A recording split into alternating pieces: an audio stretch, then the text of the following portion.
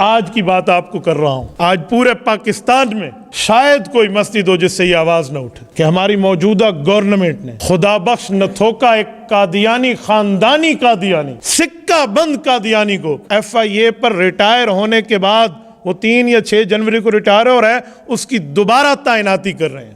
یہ وہ بدنام زمانہ قادیانی ہے۔ جب خوشاب میں لگا، خوشاب کے مسلمانوں نے احتجاج کیا اور وہاں سے اس کا بوریا بستر چلتا کیا۔ میاں والی آیا، وہاں سے خانقاہ سراجیہ کے حضرات اٹھے، ایک ایک جگہ مسلمانوں نے اس کا تعاقب کیا۔ تبارك الذي نزل الفرقان على عبده ليكون للعالمين نذيرا۔ ہمارے دفتروں میں، ہمارے باقی اداروں میں، ہماری باقی عدلیہ تک اور ان عام معاملات تک قادیانی کہیں کہیں چھپ کر گھسے ہوئے ہیں۔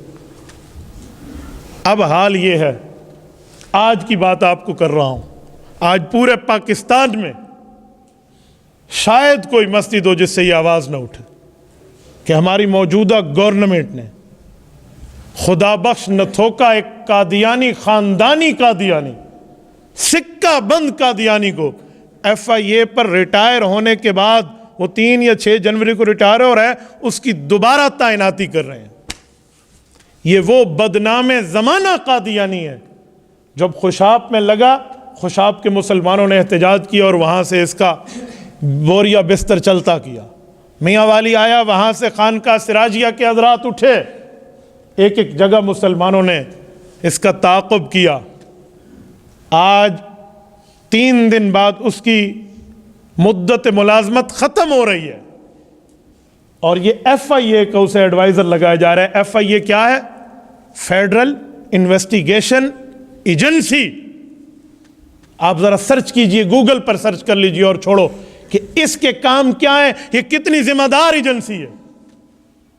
آپ کے جتنے موبائل کا ڈیٹا ہے یہ FIA کے تحت ہے، انکم ٹیکس کے معاملات ہیں FIA کے تحت ہیں، ایئرپورٹس کی سیکورٹی ہے یہ FIA کے تحت ہے، ہمارے جو بارڈرز ہیں جسے ہم اپنی سرحدات کہتے ہیں یہ سرحدات انہی کے تحت ہیں۔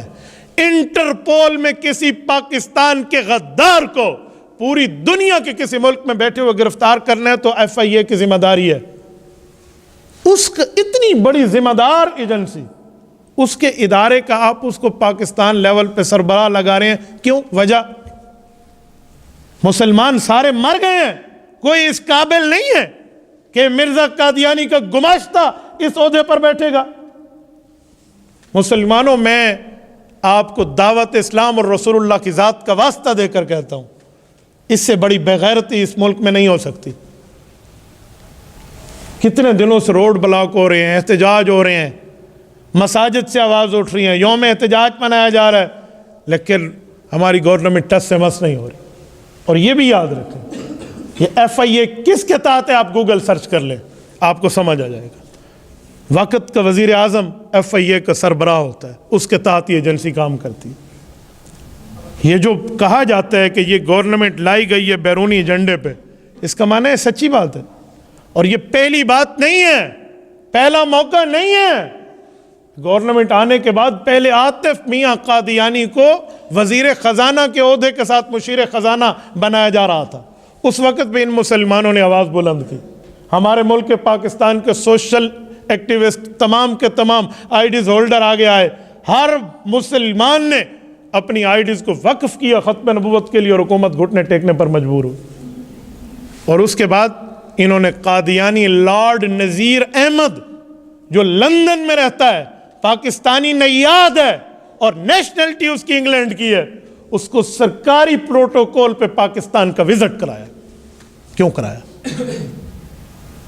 ہندو آئے، مجھے اعتراض نہیں ہے، وہ پاکستان کے کانسٹیٹیوشن کو تسلیم کرتا ہے، پاکستان میں بسنے والے یہودی عیسائی بیٹھے ہیں، ہمیں کوئی ان سے گلہ نہیں ہے، وہ تمام مائنارٹیز پاکستان کے کانسٹیٹیوشن کو ایکسپٹ کرتی ہیں۔ قادیانی تو قرآن و سنت تو چھوڑیں، غداری پیغمبر تو اس کی اپنی جگہ، وہ ہمارے آئین اور قانون کو بھی نہیں مانتا، اسے سرکاری پروٹوکول کیوں دیا جاتا ہے؟ کس بنیاد پہ؟ یہ کون سا ایجنڈا ہمارے ملک میں پیش کیا جا رہا ہے؟ کیا مطلب ہے بھائی؟ میں اللہ کی قسم کھا کے کہتا ہوں ہمارے منہ پہ داڑھی اور سر پہ پگڑی رکھنے کا کوئی فائدہ نہیں ہے اگر قادیانی یوں دندناتے پھریں۔ ایک زندگی ہے نا، یہ لگ جائے گی، حضور پاک علیہ السلام کے کھاتے لگ جائے گی، ہم پہلے ہی بڑے گناہ گار ہیں، یہ گناہ بخشے جائیں گے۔ میں آج کی گفتگو کو اپنی قبر آخرت کو سامنے رکھ کے آپ کو توجہ دلا رہا ہوں، یہ میری کوئی جذبات میں نہ سمجھیے یار، ایک ہی تو واسطہ ہے رسالت مآب علیہ السلام کا ہم سے۔ ہم نے کل قیامت میں اللہ کے رسول سے سفارش لینی ہے، اس سے بھی ہم غداری کر بیٹھے، اس کو بھی ہم چھوڑ بیٹھے اپنی برادری کی بنیاد پہ، قوم کی بنیاد پہ، پارٹی کی بنیاد پہ، یہ ہماری وفاداریاں ہیں۔ ہاں ہم سب کے دوست ہیں، لیکن بعد از خدا بزرگ تو ہی، قصہ مختصر، پہلی وفاداری آمنہ کے در یتیم سے۔ ہم سب کے ساتھ مخلص ہیں، ہم سب کے لیے اچھائی کا، خیر اسگالی کا پیغام جانتے ہیں، لیکن پہلے رسالت مآب علیہ السلام سے محبت ہے۔ اگر حضور پاک سے محبت نہیں ہے تو کچھ بھی نہیں ہے۔ محمد کی محبت دین حق کی شرط اول ہے، ہو اگر اسی میں خامی تو سب کچھ نامکمل ہے۔